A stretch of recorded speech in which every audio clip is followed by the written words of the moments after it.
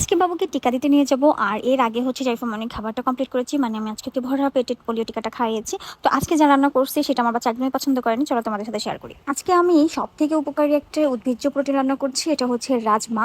রাজমা আমরা সবাই কম বেশি চিনি, এটাকে ইংরেজিতে বলা হয় কিডনি বিনস।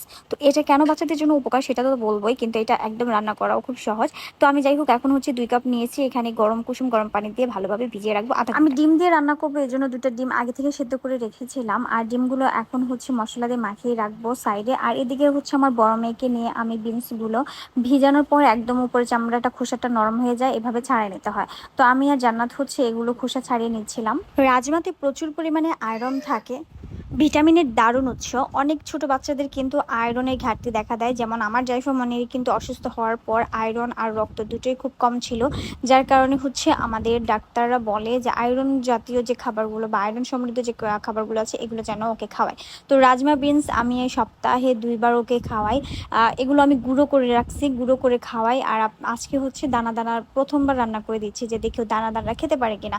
কিন্তু আমি সবসময় ওকে গুঁড়ো করে খাওয়াই। গুঁড়ো করে বিভিন্ন মাছ মাংসের সাথে রান্না করে দিলে কিন্তু খেতে অনেক বেশি মজা লাগে। আর তাছাড়া যে ওটার মধ্যে আয়রন, প্রচুর পরিমাণে আয়রন, বাচ্চাদের জন্য খুবই খুবই উপকার। তো সেই ঘাটতিটাও কিন্তু পূরণ হয়ে যায়। আজকে আপনারা কে কে বাচ্চাকে পোলিও খাওয়াইছেন অবশ্যই কমেন্ট করে জানাবেন। আর আমার 2টা মেয়েকে আজকে লাল পোলিওটা খাওয়াইছি।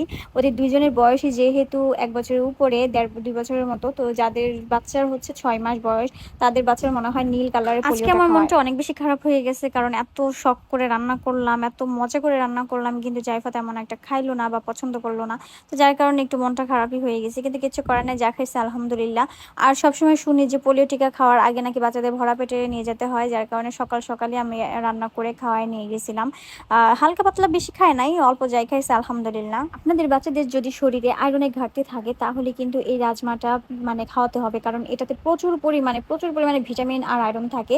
এটা আপনি যেভাবে পারেন বাচ্চাকে খাবার খাওয়া মানে খাবারের সাথে মিক্স করে খাওয়াবেন, যেমন গুঁড়া করে আপনি রান্না করে খাওয়াতে পারেন, আর অথবা হলো খিচুড়ির মতো করে রান্না করে খাওয়াতে পারেন, কিন্তু বাচ্চার জন্য অনেক বেশি উপকার। বড়রাও কিন্তু এটা খেতে পারেন। তো জাইফা মনি হচ্ছে লাউটা খাচ্ছিল মাশাল্লাহ। আর এখানে যে বিনস গুলো এগুলো তেমন একটা খায় নাই, একটু ডিমটা খাইছে আর টুকটাক ভাত খাইছে, এটাই খাওয়া দাওয়া করছে আজকে। কিছু রান্না করে দিলে বাচ্চা যদি খায় তাহলে মায়ের মনে যে একটা শান্তি লাগে সেটা বলে বোঝানোর মতো না। আর যদি কোনো খাবার রান্না করি কিন্তু খায় না, তখন আসলে আর পরের বার রান্না করে খাওয়ানোর যে আগ্রহ সেটাই থাকে না। তো যার কারণে হচ্ছে বাচ্চাদেরকে ছোট থেকেই আমি দেখছি যদি কিছু বানাই দেয় অনেক শখ করে তাহলে ওটা খেত না। আর যখন আমরা যা খাইতাম ওইটাই খাওয়ার জন্য বাচ্চারা আগ্রহ প্রকাশ করতো। এইভাবে জাইফা মনিকে দেখা গেছে আমার অত আহামরি বানায় টানায় খাওয়ানোর তেমন একটা ইয়া হয় না, ও আমাদের খাবারটাই খায়।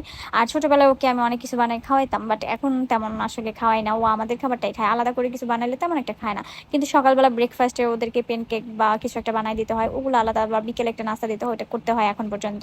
আর যেহেতু এখনো ছোট, ওভাবে ওর কাছ থেকে তেমন কিছু আমি আশা করি না যে ও সম্পূর্ণ খাবারটা খাবে। ওকে খাবার খাওয়ানোটাও বেশ আমার কাছে ঝামেলার, কারণ হচ্ছে ও জামা কাপড় সবই মাখামাখি করে, কিন্তু আমি জানি এটা করলেও ওর জন্য আর আমার জন্য দুজনের জন্যই ভালো। তো তোমরা যারা রাজমা নিতে চাও, রাজমা কিন্তু আমাদের পেজে পেয়ে যাবা। তো 1 কেজি বা হাফ কেজি অথবা 250 গ্রাম যার যতটুকু প্রয়োজন নিতে পারবা।